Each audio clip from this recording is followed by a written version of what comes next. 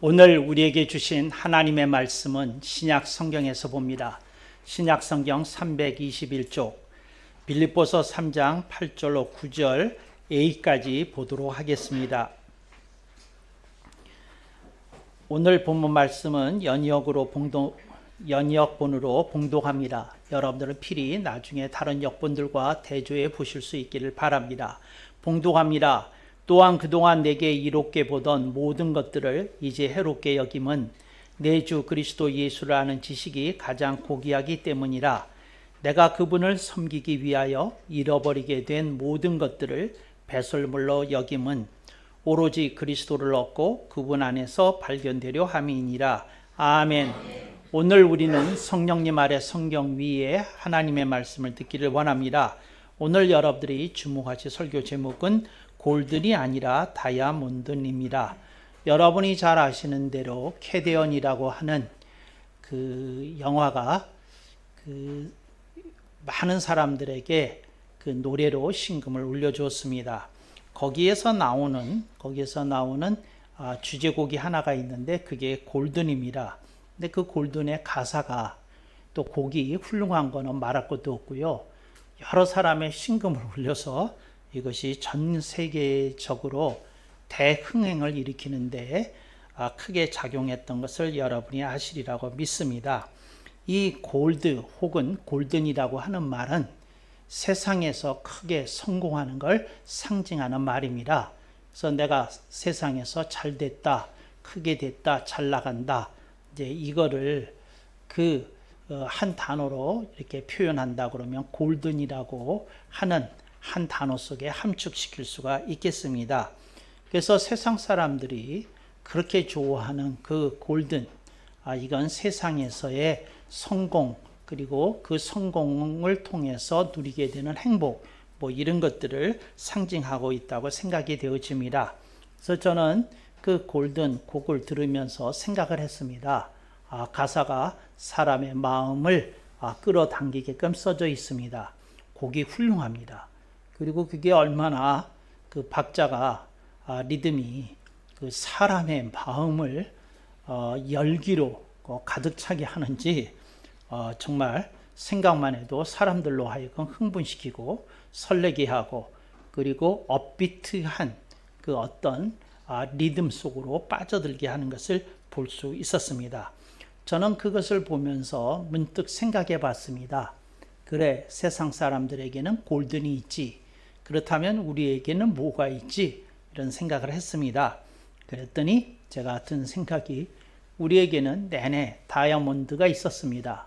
그래서 골든이 그 골드와 같음, 황금과 같음이라는 뜻이라면 다이아몬드는 그 다이아몬드와 같음, 그런 의미로 이렇게 생각이 되어집니다. 여러분이 잘 아시는 대로 다이아몬드이라는 단어는 없습니다. 제가 만든 말입니다. 그런데 저는 무엇을 표현하고자 했느냐면 제가 개척 이래로 우리 교회를 개척해서 섬긴 이래로 내내 여러분에게 우리 교회의 정체성을 이렇게 상징하는 용어로 다이아몬드 교회라고 하는 것을 사용해 왔다는 것을 여러분들이 기억하실 것입니다. 제가 얘기를 했어요. 이 세상에 많은 교회들이 수많은 교인들로 그 교세를 자랑할 수 있다. 근데 나는 다른 교회와 우리 교회를 안 바꿀 거다. 근데 왜 그러냐면 다른 교회의 그 아름다움은 아름다움이고 나는 우리 교회의 아름다움을 다이아몬드라고 생각하기 때문이다. 작은 다이아몬드 하나가 거대한 쇳덩어리를 넘치는 가치를 가진다. 그래서 나는 우리 교회가 앞으로도 다이아몬드 교회라는 정체성을 갖고 나가기를 바란다 하는 것을 제가 기회가 있을 때마다 수시로 여러분들에게 말씀해 왔던 것을 아십니다. 근데 저를 잘 모르는 이들은 제가 그 K-pop 디몬 헌터스라고 하는 그 애니메이션 영화에 편승해서 이제 이 설교를 준비했나 이렇게 생각할 수 있는데 결코 그것은 아니고 이제 그 골든의 이미지를 따와서 오늘 우리의 정체성을 다시 한번 각인시키기 위해서 다이아몬드니라고 하는 그런 정체성을 여러분에게 전하고자 함이라는 것을 이렇게 알려드리기를 원합니다. 그 서양의 철학자 가운데 소크라테스의 제자 플라톤이 있습니다. 근데 그 플라톤은 평생 철학을 하면서 수많은 저작을 남겼는데 그는 한결같이 그렇게 말을 했어요. 이건 나 플라톤의 말이 아니다. 이건 나의 스승 소크라테스의 말이다. 이제 그랬어요. 근데 서양에서 그래서 소크라테스와 플라톤이 인격적으로는 구분이 되는데 철학적으로는 같은 정체성을 갖고 있는 것으로 생각되어집니다. 이제 왜 그러냐면 그 제자가 자기가 한 말은 자기 스스로 창안한 것이 아니라 자기의 스승인 소크라테스로부터 받았기 때문이라고 얘기하기 때문에 그렇습니다. 그래서 소크라테스와 플라톤의 그 철학이 얼마나 위대한 철학인지 철학계에 그 회자되는 유명한 명언이 있습니다. 그게 뭐냐면 그 소크라테스와 플라톤 이후의 철학은 소크라테스와 플라톤에 대한 각주이다. 이제 이게 얼마나 어마무시한 말입니까? 그러니까 그 뒤로 얼마나 많은 세월이, 그러니까 2000년에 가까운 세월이 흘렀는데 그 서양의 철학의 효시라고 할 수 있는 그 소크라테스나 플라톤이 그 제시한 것에서 몇 발자국 벗어나지 못했다. 뭐 이런 얘기를 듣는다고 하는 것이지요. 제가 갑자기 왜 플라톤의 얘기를 꺼내게 됐느냐면 여러분하고 그 빌립보서 3장 8절로 이 9절 말씀을 잠깐 보면서 제가 그 생각을 했기 때문에 그래요. 이 빌립보서 3장 8절로 9절 이 말씀을 할 때에 그 사도 바울에게 플라톤이 떠올려지지 않았을까? 저는 개인적으로 생각을 하면서 이 구조를 읽었거든요. 그런데 이거는 전문 신학자가 아닌 분들은 이제 그게 무슨 말인지를 모르는 건데, 이제 신학자들이 이제 성경을 읽을 때 이렇게 읽습니다. 어떻게 읽느냐면 이 바울 사도가 위대한 신학자인 건 틀림이 없는데 그는 과연 그 시대에 유행했던 헬레니즘이나 헬라 철학으로부터 얼마만큼의 영향을 받았을까? 그래서 이제 그 서양 철학의 근간이 되는 그 소크라테스와 플라톤의 철학을 놓고, 그리고 바울 사도가 썼던 그 바울 서신 13권을 철학자들이나 신학자들이 이렇게 냉철하게 읽어갑니다. 이제 읽어가면서 그는 헬라 철학에도 정통했던 학자임에 틀림이 없다. 그리고 그 플라톤의 철학에 특별히 영향을 받았다고 말할 수 있겠다 하는 대목이 이제 바울 서신 여러 군데에 나타나는데 이 대목에서 특별히 나타나는 부분이 있어요. 그래서 저는 여러분에게 이게 교양 강좌가 아닌데 잠깐 이렇게 여러분에게 던져야 될 이유가 있어서 던지는 거예요. 그 이유는 뭐냐면 이제 제가 쉽게 설명을 하겠어요. 이게 뭐냐면 플라톤이 플라톤이 어느 날 생각을 한 거예요. 그게 뭐냐면 그릇이 있다가 그 그릇이 이렇게 찌그러졌어요. 그런데 그 찌그러진 그릇을 보면서 이런 생각이 드는 거예요. 이게 철학자입니다. 그게 뭐냐면 우리는 이렇게 생각하잖아요. 그래, 뭐 냄비 가지고 라면 끓여 먹다가 뭐 쇠기둥에 부딪혔으니까 이게 찌그러들 수도 있지. 이제 우리는 이렇게 생각하잖아요. 그리고 뭐 이거 양은 냄비 얼마 하겠어? 또 하나 사면 되지. 이렇게 생각하고 넘어갈 일인데 찌그러진 그런 것을 보면서 이런 생각을 한 거예요. 이 세상이 얼마나 많은 비리가 있냐. 이 세상이 얼마나 많은 그 부정이 있고 부패가 있고 죄악이 있고 타락이 있고 그렇지 않냐. 세상에 얼마나 지저분하고 더러운 것들이 얼마나 많냐 이 생각을 한 거예요. 이 찌그러진 냄비를 보면서 그러면서 생각을 하기를 뭐라고 생각을 한 거냐면 그렇다면 이 냄비가 본래부터 찌그러졌느냐? 안 찌그러졌다.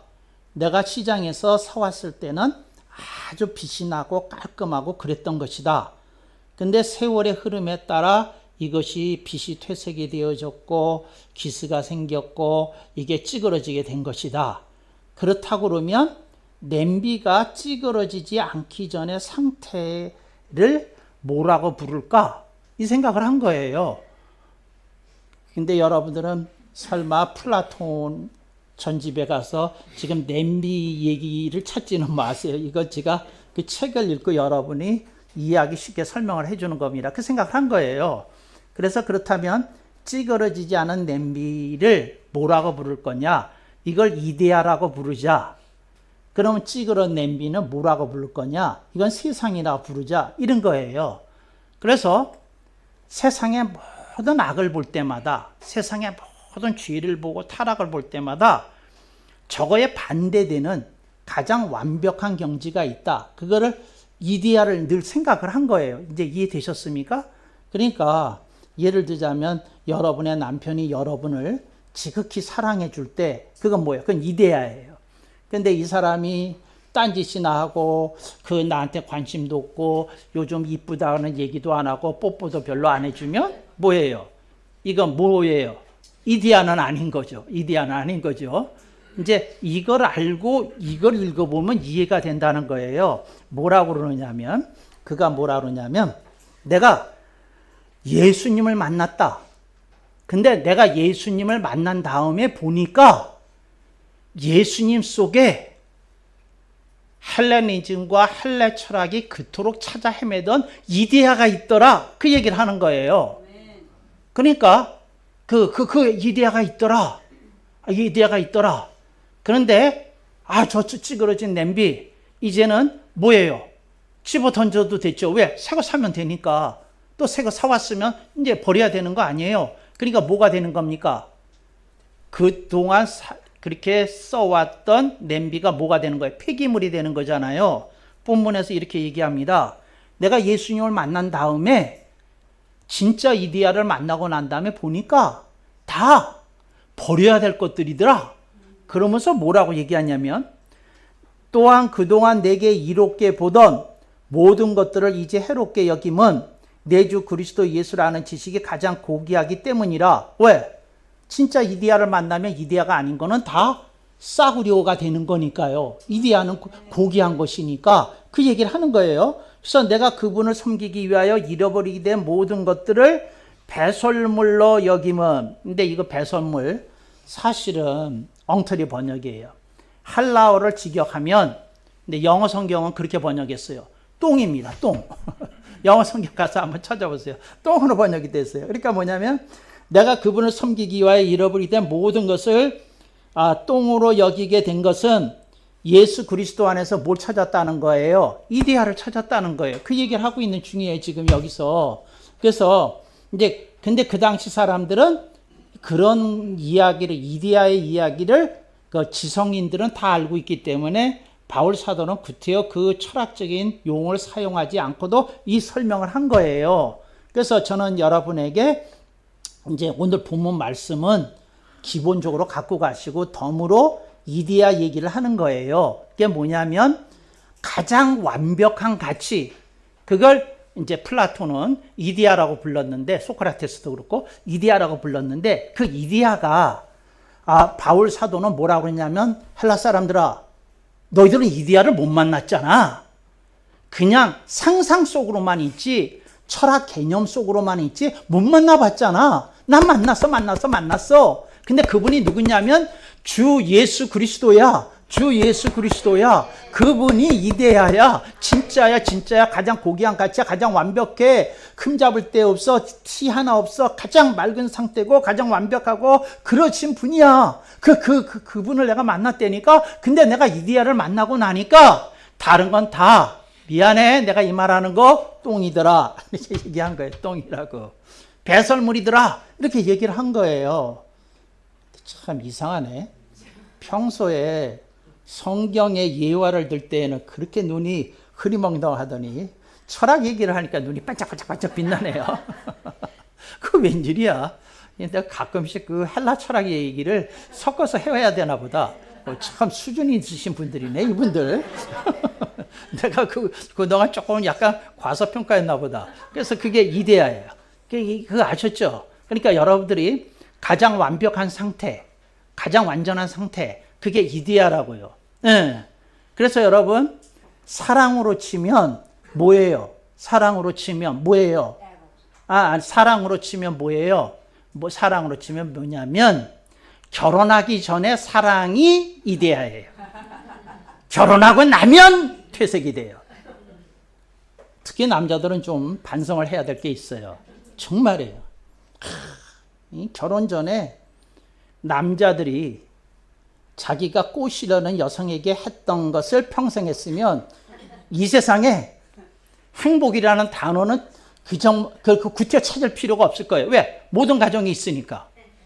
사랑이 넘치고 뜨거움이 있고 그리움이 있고 설렘이 있고 그런 가정들.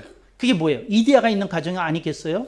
오늘 우리들이 이제 이데아를 좀 찾아내야 되겠다. 예수 그리스도 안에서 그렇게 생각이 되어집니다.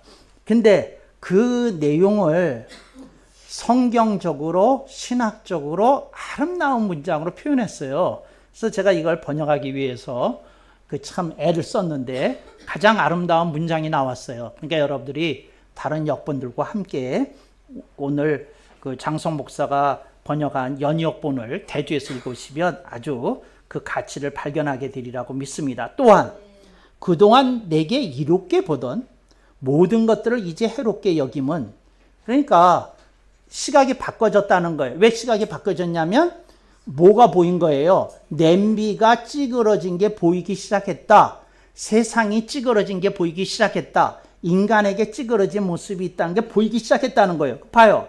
또한 그동안 내게 이롭게 보던 모든 것들을 이제 해롭게 여김은 내 주 그리스도 예수를 아는 지식이 가장 고귀하기 때문이라. 이 신앙 속에서 나는 이데아를 찾았고 가장 완벽한 걸 찾았고 나는 다른 것들이 이제 가치 없는 것을 분명히 알았고 깨달았다. 그래서 나는 예수 그리스도를 믿고 그를 증언하는데 내 모든 생명과 인생, 생애 전체를 걸었다. 그렇게 얘기하고 있는 중이라는 거죠. 와, 이게 정말 얼마나 감사하고 뜨겁고 그런 말인지 모르겠어요. 그래서 저는 여러분한테 묻는 거예요. 바울 사도에게는 이게 있었어요. 예수님을 만나고 난 다음에 참 이데아를 찾았다고 하는 그 기쁨, 그 감격이 있었다는 거죠. 근데 여러분에게 지금 그게 있느냐 그 말이에요. 그러니까 예수님이 여러분에게 바울 사도가 고백했던 이 이데아의 고백이 있느냐는 거죠. 예수님은 나에게 가장 완벽한 가치입니다. 뭐입니다? 그러는 중이냐 그 말이에요. 그러지 않으면 여러분들은 다른 걸 붙들고 있잖아요. 여러분의 돈 문제 붙들고 있고 건강 문제 붙들고 있고 자녀 문제 붙들고 있고 여러분들이 신경 쓰고 있는 그 노화를 붙들고 있고 또 밤에 잠 못 들게 만드는 어떤 꺼리를 붙들고 있고 그러고 살고 있잖아요. 그러니까 여러분들은 이데아가 아닌 거를 붙들고 살면서 인생이 힘들기 때문에 이런 말 할 수 있느냐 하고 제가 지금 도전하는 겁니다.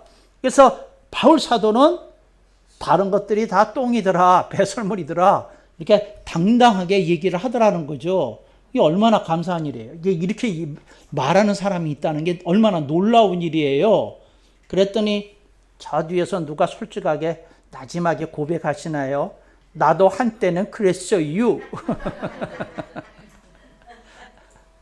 근데 그때를 찾아야죠. 그때를 찾아야지.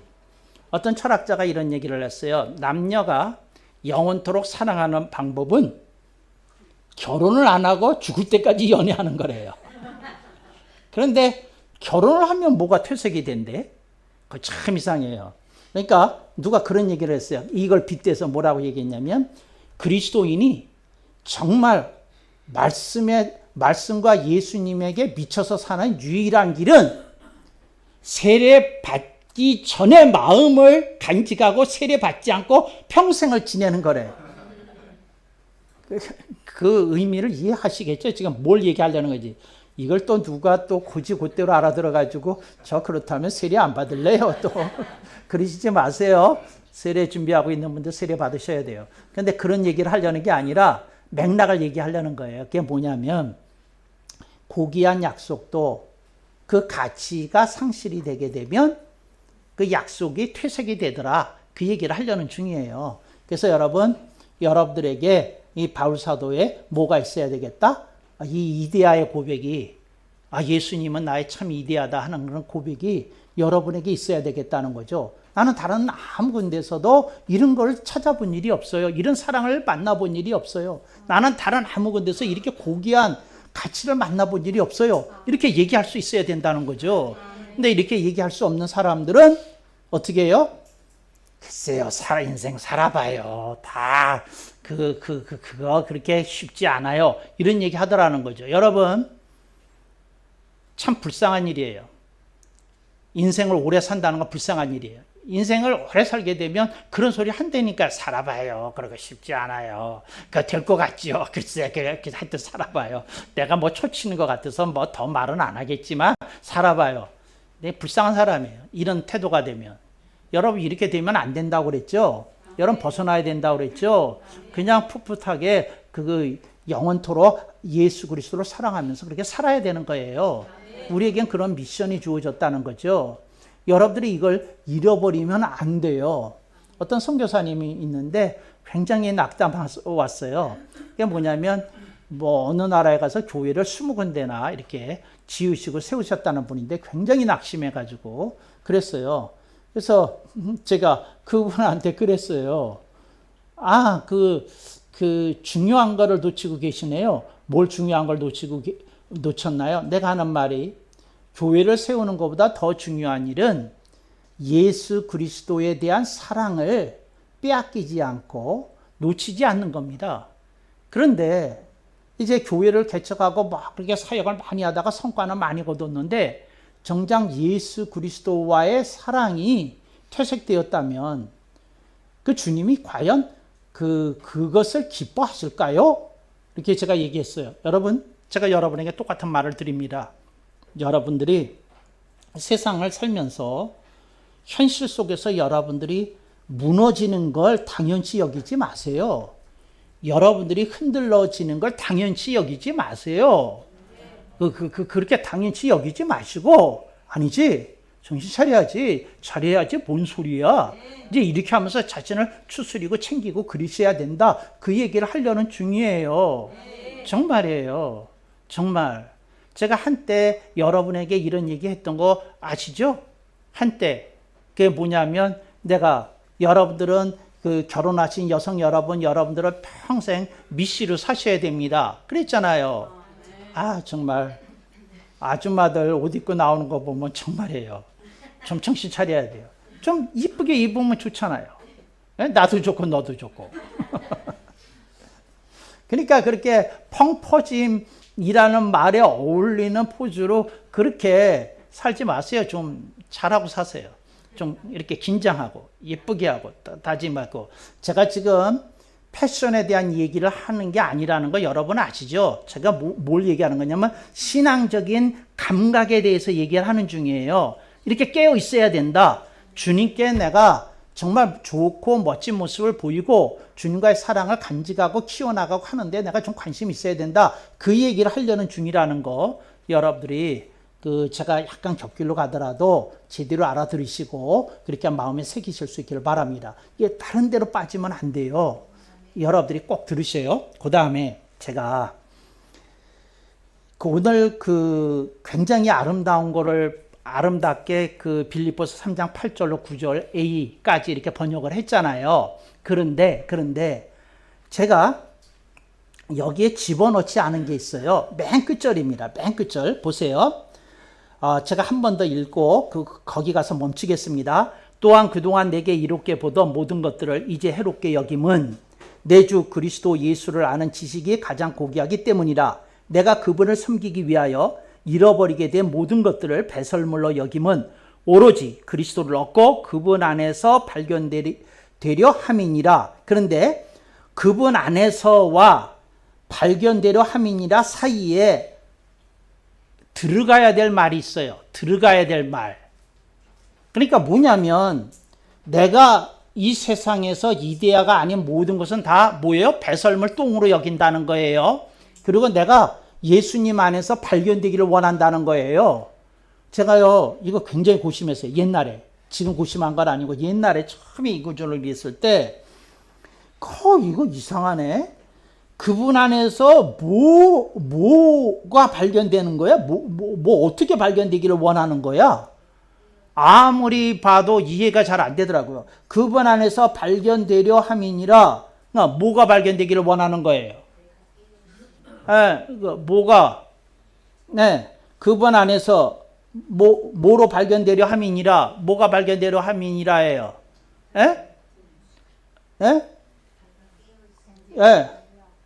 근데 여러분들의 특징이 링크가 안 걸리는 거라는 거 아시죠? 저렇게. 그분 안에서 다이아몬드로 발견되려 함이니라. 그거지. 아이고, 주여, 내 정말. 아니, 설교 제목까지 줬구만. 앞에 설명했구만. 그러면 여러분들은 다른 얘기 하지 말고, 다이아몬드라고 얘기해야지. 다른 교회를 다니는 분들은 이렇게 얘기를 못 하겠지만, 근데 다른 교회에선 다이아몬드라는 용어를 안 쓸 테니까 제가 뭐라고 번역했느냐면 보세요. 그분 안에서 예수쟁이로 발견되려 함이니라. 예수쟁이로 발견되기를 원했던 거야. 죄는 예수에 미친 예수쟁이야. 글쎄. 예수님을 만나고 난 일은 모든 게 다 시시해졌대. 다 그거 아무 상관이 없대. 뭐 했대? 참 미친 새끼 아니야. 정말 어떻게 저럴 수가 있어 저거. 이런 얘기를 들어야 된다는 거죠. 제 고백을 하겠어요. 제가 예수님을 만났어요. 그 다음에 그리고 3년을 지났어요. 그런데 제가 왜 3년을 기다리고 이 구조를 다시 읽었어요. 이게 뭐냐면 뭐가 배설물이 되는지를 내가 관심이 있었어. 저는 예수님을 믿고 중생의 체험을 한 다음서부터 딱 이 구절이 생각이 났어요. 그러니까 뭐 생각했냐면, 자, 지금부터 내가 예수님을 이렇게 믿게 되니까 배설물이라는 게 나온다는 거네? 근데 사도 바울의 배설물은 모르겠고, 나한테 어떤 배설물이, 그러니까 그전에는 내가 이롭게 여기던 건데 해롭게 여기는 것들이 뭐가 배설물처럼 이렇게 배출돼야 되는 것인지 내가 봐야 되겠다고 3년을 지켜봤어요. 그래서 3년 보고서예요. 그러니까 중생을 체험하고 3년 동안을 지낸 다음에 제가 써낸 보고서예요. 그래서 첫 번째, 뭐가 배설물로 배출이 되기 시작을 했느냐면 제 경우예요. 다른 사람 경우 아니에요. 그리고 이걸 일반화시키지는 마세요. 그런데 제 경우였어요. 그래서 제가 그걸 써놨어요. 그래서 그걸 제가 여러분하고 나누려고 그러는 거예요. 첫 번째가 뭐였냐면 친구들이었어요. 저 중생을 체험한 다음에 친구들이 반 이상 줄었어요. 반 이상 줄었어요. 그러니까 뭐냐면 더 이상 친구들하고 어울리는데 내가 이제 그 친구들하고 같이 이렇게 대화를 섞을 수 없고 같이 놀 수 없고 뭐하는 그런 것들이 생기기 시작한 거예요. 그래서 친구들이 떠나기 시작했어요. 그래서 첫 번째 친구가 떠났어요. 그래서 저에게는 그전에는 친구가 그렇게 가치가 있었는데 예수님을 만난 다음에 내가 깨달았어요. 내가 잃어버려야 될 친구들도 있는 거구나 하고 깨달았어요. 이게 첫 번째 제 경우는 배출이 됐어요. 두 번째 제가 뭐가 배출이 됐는지를 알려드릴게요. 뭐가 배출이 됐느냐면 쾌락이 배출이 됐어요. 그러니까 뭐냐면 노는 게 배출이 됐다고요. 그러니까 뭐냐면 그 사람들이 자기가 좋아하는 게 있어. 근데 거기에 이렇게 몰입해서 지내는 걸 좋아해. 그런데 더 이상 그게 재밌지 않은 거야. 더 이상 그게 시시한 거야. 더 이상 그게 의미가 없는 거야. 그러니까 뭐가 사라져요? 친구가 사라지고 쾌락이 사라져요. 그러니까 세상 사람들이 재밌게 노는 거라고 하는 게 재밌게 노는 게 아니라는 게 있었어요. 그 친구들하고 뭐하고 놀았는지 지금 말할 수 없어요. 근데 하여튼 그걸 그게 재밌지 않았어요. 더 이상 재밌지 않았어요. 그러니까 그 쾌락이 사라지기 시작했어요. 그 다음에 제 경우 배설물로 또 들어온 게 있었어요. 그게 뭐였을까요? 배설물로 드는 게 뭐가 있었을까요? 내가 배설물로 그전에는 내가 나한테 이롭게 여기고 뭐하고 그러는 것이었는데 내가 이렇게 저가지 않는 거 그게 뭐였을까요? 그게 뭐였느냐면 사람들의 인기나 평판에 내가 목매는 게 다 버렸어요. 그러니까 사람들이 뭐라고 말하든지 상관없어요. 저 새끼 예수에 미쳤어. 그런 얘기 전 수없이 들었어요. 근데 아무 상관없었어요. 그러니까 무슨 말이냐면 그 말 안 들으려고 그 사람들한테 가가지고 아닌 척 하면서 어울리지 않았다고요. 그냥 내 모습 지켰다고요. 아닌 건 아닌 거고, 긴 건 긴 거고, 그리고 내 코스대로 그냥 갔어요.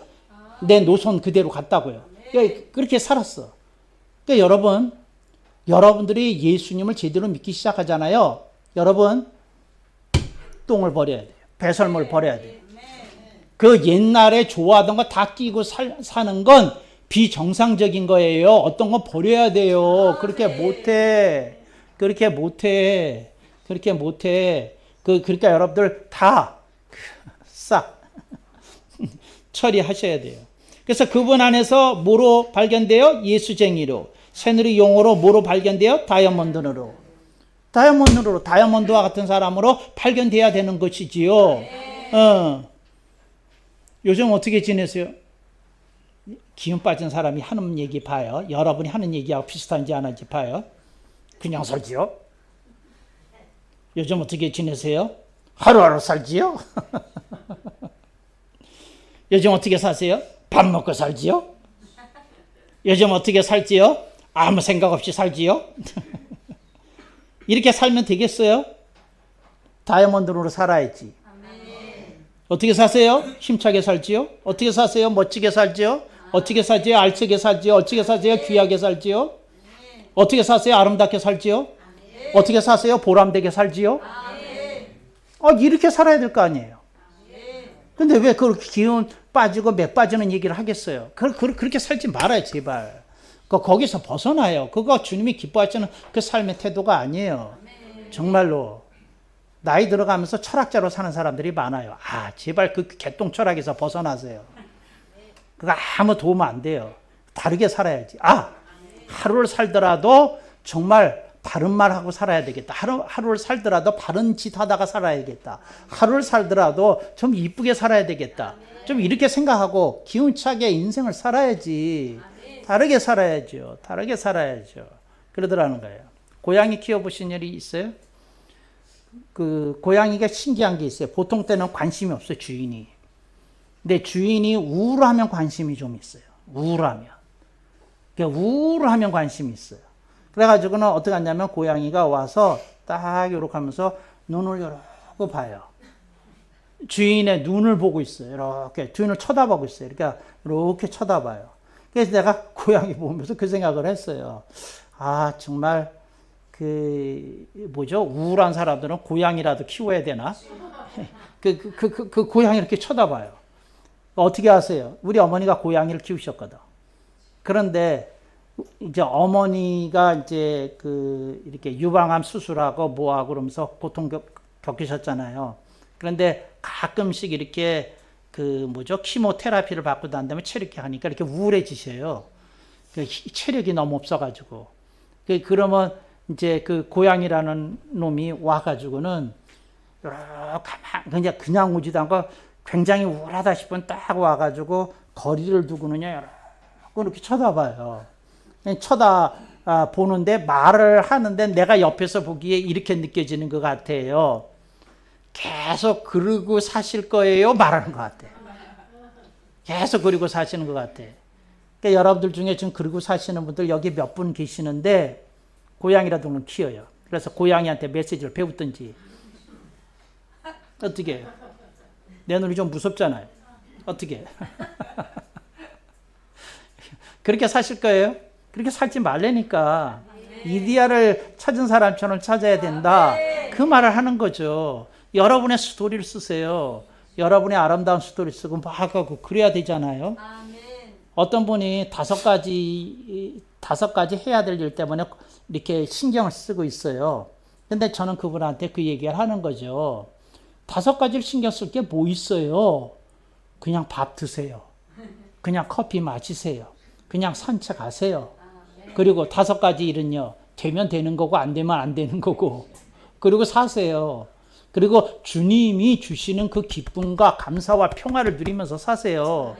아우, 그렇게 살아야 되는데 그렇게 안 살면 그 되겠어요. 어떤 사람들은 맨날 거짓말을 해요. 그 거짓말 하나만 가르쳐 드리고 설교 마치겠어요. 그게 뭐냐면 요것만 되면 나 행복할 거예요.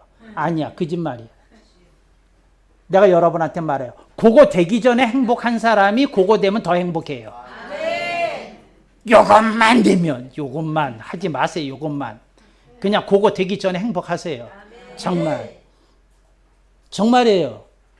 그렇게 사세요. 네. 어떤 분들이 말을 할 때 그 토다는 거 아시죠? 우리 남편은 다 좋은데. 아니, 다 좋으면 다 좋은 거지. 무슨 또 토를 달아. 다 좋은데. 다 좋은데 거기서 끝나세요. 우리 남편은 다 좋아요. 땡. 끝났어. 끝났구만. 더 얘기할 게 없구만. 그러니까 거기서 끝나야지. 오케이. 제가 무슨 얘기 하려는지 아시겠어요? 주님이 주신 가치를 품고 사는 사람은 다른 모든 것이 시시껄렁하게 보인다. 그런 메시지를 여러분이 잘 간직하실 수 있기를 바랍니다. 그런 새누리 공동체 되기를 축복합니다. 아멘 억만 번.